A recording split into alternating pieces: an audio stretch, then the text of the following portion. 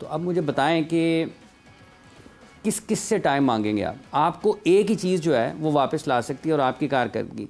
वो chairman Pakistan cricket board हैं, उनको तो इन कामों में जाना ही नहीं चाहिए उसूली तौर पर, कि लोग क्या कह रहे हैं, क्या बात कर रहे हैं, क्या नहीं कर रहे हैं। लोग आपसे तवक्को करते हैं कि आप बेहतर फैसले करेंगे और पाकिस्तान की टीम बेहतर खेल पेश करेगी। आप अगर सर्जरी की बात कर रहे हैं तो अभी वसीम साहब ने कल भी मेरा ख्याल कहा था यहाँ पर कि सर्जरी नो आपने की है, आपने सिलेक्शन कमेटी बदली, आपने कोचिंग स्टाफ बदला, आपने कुछ डायरेक्टर्स बदले, आपने कुछ डोमेस्टिक क्रिकेट के ऑफिसर्स जो हैं उनको बदला, और आपने कप्तान बदला, शाहीन को बदला ना, और बाबर को बनाया।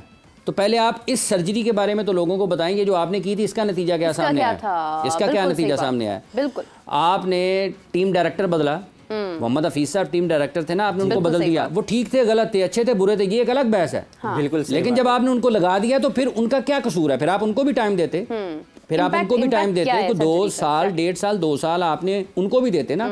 आप वहाब रियाज के साथ भी तो आगे बढ़ रहे हैं ना, आप उनको भी कंटिन्यू कर रहे थे अपने साथ। तो मोहम्मद हफीज़ भी इसी टीम के डायरेक्टर थे, उनको भी वक्त मिलना चाहिए था। फिर आपने उनको भी तो हटाया, उनको हटा दिया। पीएसएल में तब्दीलियाँ आई, पीएसएल की जो मैनेजमेंट है उसमें तब्दीलियाँ आई, मीडिया डिपार्टमेंट में तब्दीलियाँ आई, डोमेस्टिक क्रिकेट में तब्दीलियाँ आई, पाकिस्तान टीम की मैनेजमेंट में तब्दीलियाँ आई, पाकिस्तान क्रिकेट टीम की सिलेक्शन कमेटी में तब्दीलियाँ आई। तो आप तो ये कर रहे हैं, इसका नतीजा क्या आया? और क्या आपने उन पोजीशंस के ऊपर, उन ओहदों पर जिन पर आपने पहले लोगों को बदला है, वो तो बताएं कि क्या वो आपने मेरिट पर लगाए हैं, क्या वो उस काम की महारत रखते हैं, क्या उनका तजर्बा था, और उसका नतीजा क्या आया? जो आपने फैसले किए हैं उसकी लॉजिकल रीजनिंग लोगों को दें कि इसकी दलील ये थी, इस बुनियाद पर ये 4 लोग हमारे पास आए, इन चारों का ये पोर्टफोलियो, उन चारों में से एक बेस्ट था, उसको हमने मुंतखब कर लिया। ये जो 4 थे जिसको हमने मुंतखब किया है, उसने पाकिस्तान की क्रिकेट को आगे लेकर जाने के लिए क्या आपको प्रेजेंटेशन दी है कि ये उसका प्रैक्टिकल, ये उसने लिख कर दिया है, इसको कैसे उसने प्रैक्टिकली करना है। तो एक प्रोसेस है पूरा। अगर आपने उसको हटा दिया है और अपनी मर्जी के साथ लोगों को लगा दिया है, तो आप कैसे कहेंगे जी ठीक हो जाएगा? तो ये तो सिर्फ और सिर्फ लोगों के जज्बात से खेलने के, चूंकि लोग बरहम है। सबसे आसान काम है खिलाड़ियों के ऊपर तनकीद करना, बिल्कुल, क्योंकि हार रहे हैं ना, बिल्कुल सबके सामने है। दुनिया में अरबों लोग देख रहे हैं टेलीविजन पर कि पाकिस्तान की टीम आ रही है, सब कह देंगे रिजवान ठीक नहीं खेला, बाबर ठीक नहीं खेला जी, ये साइम ठीक नहीं खेला, ये इसको ये शॉट खेलना चाहिए। 3 साल पहले ये प्लेयर से जो परफॉर्म कर रहे हैं, इसको ये शॉट खेलना चाहिए थी। ये तो मसला ही नहीं है पाकिस्तान का, ये एक मसला है उसका कि आपकी टीम ऑन द डे अच्छा नहीं खेली। ये एक चीज है जो नजर आती है। इसके पीछे जो सैकड़ों हजारों चीजें हैं जिन पर अमल करते हुए आप किसी भी सतह पर अंडर 19 में पाकिस्तान की ए टीम में, किसी भी फर्स्ट क्लास टीम में, पाकिस्तान की टीम में पहुंचते हैं, वो जो पीछे से एक पूरा एक तसलसल है, उसका तो अगर किसी को ना पता हो कि वहाँ पर क्या हो रहा है, क्या वहाँ पर लोग लग रहे हैं, कौन आ रहा है, कौन जा रहा है, कैसे आ रहा है, कैसे जा रहा है, कहाँ मैचेस हो रहे हैं, कैसे मैचेस हो रहे हैं, किस बुनियाद पर हो रहे हैं, कोचेस कैसे लग रहे हैं, कैसे हट रहे हैं, मैच ऑफिशियल्स कैसे लग रहे हैं, कैसे हट रहे हैं, ठीक है जी। खिलाड़ियों को खाना कैसा मिल रहा है, उनकी जो क्लोथिंग है वो कैसी है, उनकी जो अकोमोडेशन है वो कैसी है, उनके जो प्लेइंग एरिया है वो कैसा है, पिच कैसी है, बॉल कैसे मिल रहे हैं, किन कंडीशंस में हो रहे हैं, वेदर कैसा है, किन में आप करवा रहे हैं, नंबर ऑफ मैचेस कैसे हैं, वहाँ से क्वालिटी क्या निकल रही है, क्वांटिटी के ऊपर कितनी आपकी तवज्जो है। तो ये तो एक पूरी की पूरी साइंस है। ये सो रहा है क्या कोई आए बैठे, रिजवान ने ठीक नहीं खेला जी उसको निकाल दो, उसने ठीक नहीं खेला जी उसको निकाल। मैं अभी भी आपको कह रहा हूँ पाकिस्तान की इस टीम में भी पोटेंशियल है, पाकिस्तान की इस टीम में भी पोटेंशियल तो है, इसमें ये खिलाड़ी जब अपनी पोटेंशियल पर आएंगे या आपको इससे बेहतर क्रिकेटर दिखाई देंगे। अब ये काम उनका है कि उन्होंने तशखीस करनी है कि मसला कहाँ पे है। अगर रिजवान या बाबर अपनी इतनी सारी सलाहियत के साथ 2 शॉट्स डेवलप नहीं कर सकते तो उनको इस पर माइल कायल किसने करना है? आपने पकड़ना है कि भाईजान ये करना है, करना चाहते हैं, पाकिस्तान की ज़रूरत है। वो कहेगा मैं नहीं करना चाहता, मैं इसी में हूँ। आपके पास ये टाइम है, पाकिस्तान को इस क्रिकेट की ज़रूरत है। अगर आप नहीं खेलेंगे आप बाहर हैं। तो हाफिज़ साहब उसके लिए क्रिकेट की जानकारी होना ज़रूरी है ना, समझ होना ज़रूरी है। यही तो बात है। ये जो पाकिस्तान में 75,000 लोग रोज़ाना बात करते हैं कि इसको निकाल दो, इसको रख लो, इसको ये अच्छा खेल गया, ये बुरा खेल गया, तो जो इन्फ्लुएंस होता है और जो लोग उसकी सिफारिशें करते हैं कि इसको निकालो, इसको रखो, इसको होना चाहिए, इसको नहीं होना चाहिए, उनको ये पता है कि मोहम्मद रिजवान या बाबर आजम आज अगर इस जगह पर पहुंचे हैं, शाहीन अफरीदी इस जगह पर पहुंचे हैं, तो पाकिस्तान क्रिकेट बोर्ड की कितनी इन्वेस्टमेंट है उसके ऊपर, बिल्कुल कितना आपने देखें, पैसा इन्वेस्टमेंट कोई बड़ी इन्वेस्टमेंट नहीं है। हाँ। वक्त सबसे बड़ी इन्वेस्टमेंट है, सबसे बड़ी इन्वेस्टमेंट है। कब से पाकिस्तान क्रिकेट बोर्ड इनको लेके आ रहा है और यहाँ तक 2024 में पहुंचा है, पैसा तो आपको आगे भी आ जाएगा। अगर आपको कोई कहे ना कि मुझे वापस जाना है, मैंने तुम्हारे ऊपर 10 साल में इतने पैसे खर्च किए हैं, तो आप कहेंगे अच्छा हाँ किए हैं, कितने पैसे? वो कहेगा जी 2 करोड़, ये लो वापस। वो कहेंगे भाईजान ये 2 करोड़ वापस लें, मुझे 2014 में वापस भेजें।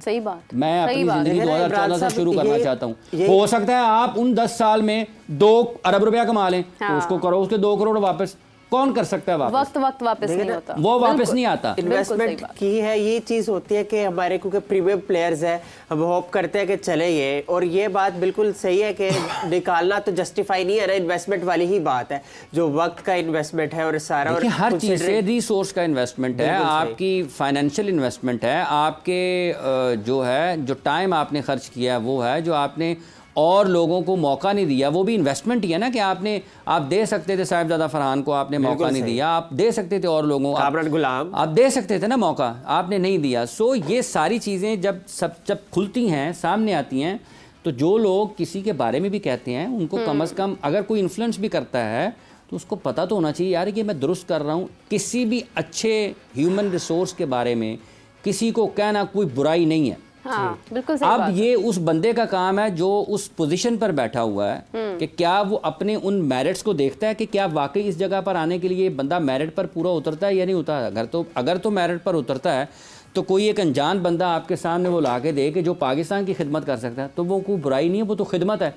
अब ये मेरिट की बात आ जाती है कि क्या वो 150 155 पर गेंदें करता है और आपके पास पहले 150-55 वाले नहीं मौजूद हैं, तो आप फौरी तौर पर आपके दिमाग पे हमला होगा, पकड़ो इसको नहीं जाने देना। और अगर आपके पास 125-30 वाले वैसे पहले ही हैं तो आप कहेंगे यार ऐसे तो हमारे पास पहले भी पड़े हुए हैं, इसका भी हल्का सा कभी कभी बॉल हिल जाता है, 125-30 पे बॉल करता है, तो हमने ऐसे तो पहले भी हैं। अगर कोई ग्राउंड के चारों जोन जो हर तरफ ग्राउंड के अतराफ में शॉट्स खेलता है, बॉलर्स के ऊपर से भी खेलता है, मिड ऑन मिड ऑफ भी क्लियर करता है, कवर एक्स्ट्रा कवर में भी मारता है, आपको स्क्वायर ऑफ द विकेट भी दोनों जगह पर अच्छा है, ठीक है, आपको रैम्प स्कूप ये सब शॉट्स भी खेलता है, आपके सामने को बंदा लाता है कि यार ये बंदा बहुत अच्छा है, ये सर वो कहेंगे दिखाएं, वो उसको चेक करते हैं, यार ये तो पाकिस्तान की खिदमत है, ऐसा तो कोई पूरी पाकिस्तान की टीम में नहीं है, तो वो उसको लेंगे।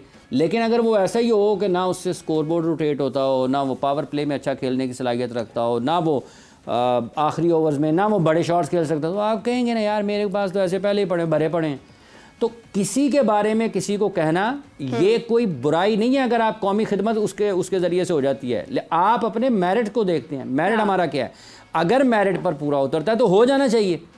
किसी अच्छे बंदे की सिफारिश कौन सी बुराई है? सिफारिश का मतलब ये है कि एक शख्स यहाँ बैठा है जी और वो गाड़ी चलाने का अहल नहीं है और मैं ज़बरदस्ती थोपूं, नहीं मीरब तुम इसको ड्राइवर रखो, रखो इसको 45,000 में तुमने जो ड्राइवर रखा हुआ ना इसको रखो। अच्छा मीरब कहती जी ठीक है रख लिया, तो दूसरे दिन ही बाहर ना गाड़ी भी वर्कशॉप पहुंची है तो आप भी ड्राइवर भी और सवारी भी दोनों ही।